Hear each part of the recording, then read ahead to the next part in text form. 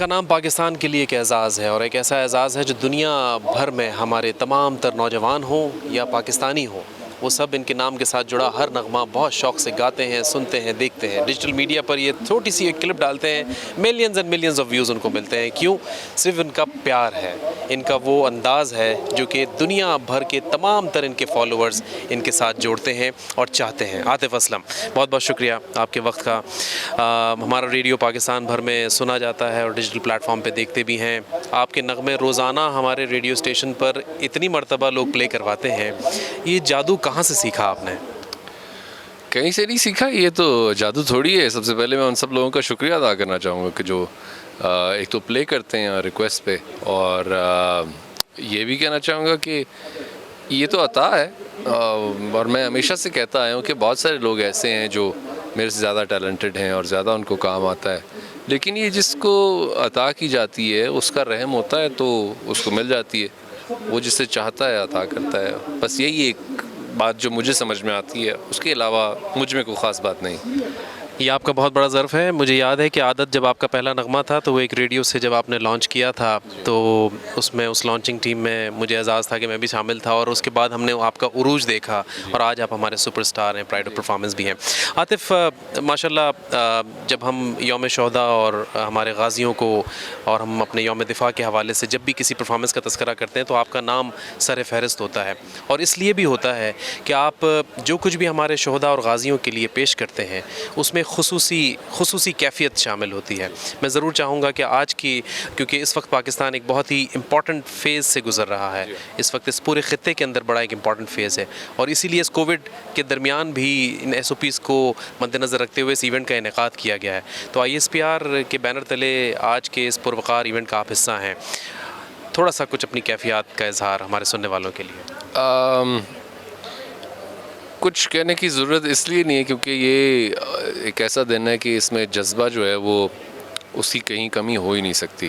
और जब भी मुझे कोई नरेशन मिलती या ऐसा कोई गाना मिलता है और उसके लिरिक्स सामने आते हैं तो अपने आप जो है वो वाक़यात जो है वो सामने आते हैं, और अपने आप इस चीज़ का ख़्याल आता है कि वो लोग जो सरहद पे हैं उन लोगों के लिए कितनी आसान बात है कि वो भी नौकरी कर सकते थे, वो भी 9 to 5 जॉब करके तो है अपना घर अच्छी ज़िंदगी गुजार सकते थे, लेकिन उन्होंने अपनी सिलेक्शन जो है वो इस चीज़ के लिए रखी कि उन्होंने कहा कि हम इस मुल्क के लिए, इसके दिफा के लिए वक्फ कर दिया। तो ये बड़ी मुश्किल बात है, ये आसान बात नहीं है। माओ ने अपने बेटे दिए, कई हज़ारों जानों की कुर्बानी, ऐसे ही तो कितना एक मुश्किल सी बात है। वही जज्बा जो है उस वक़्त स्टूडियो में आता है, और वही जज्बा तब भी था, कभी परचम में लिपटे हैं तब भी था, और आज भी है जब मैंने ये पैगाम लाई है सुबह जो हो गया। तो ये एक्सप्लेन नहीं किया जा सकता, जिस पर बीती है ये वही बता सकता है कि किस तरीके से उसने अपना बच्चा जो है वो गंवाया है, लेकिन वो ज़िंदा है। उसका मर्तबा क्या है वो कुरान में लिखा है।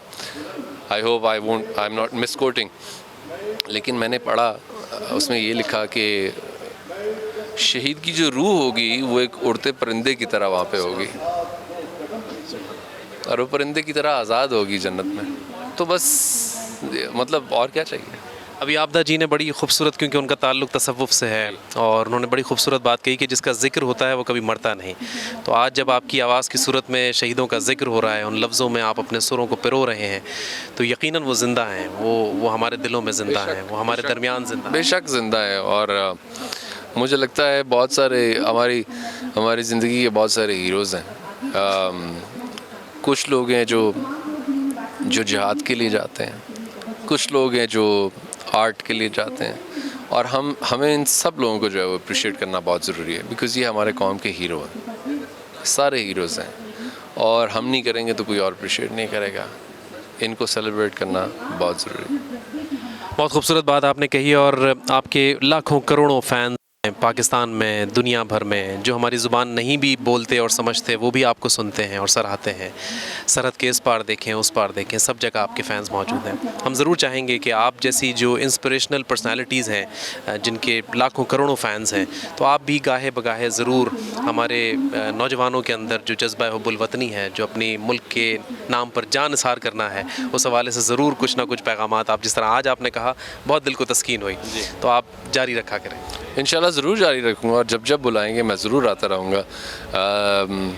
मुझे याद है कि बहुत सारे ऐसे टीनेजर्स बिल्कुल उनके दिलों में इस चीज़ का शौक़ पैदा हुआ जब उन्होंने वो सुना ज़मीं जागती है, आसमां जागता है, और जब परचम में लिपटे सुना तो मतलब उनकी जो डायरेक्शन थी वो थोड़ी सी बदल गई। उन्होंने कहा कि हमने मुल्क के लिए अपने आप को वक्फ करना है। सो हमारी भी जान हाजिर है, जब भी मांगेंगे दे देंगे।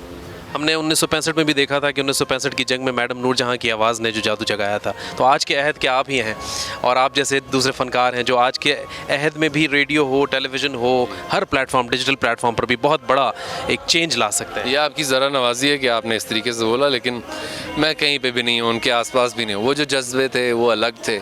आजकल के लोग अलग हैं, दुनिया अलग है, रिवायात अलग हैं, सोसाइटी अलग है, लेकिन एक कोशिश है वो ये है, और इस बात का यकीन है कि जो दिल से बात निकलती है वो असर रखती है। तो बस जो दिल से गा दिया वो असर उसका कहीं ना कहीं किसी एक को भी हो जाएगा, वो आगे 100 को बदल देगा।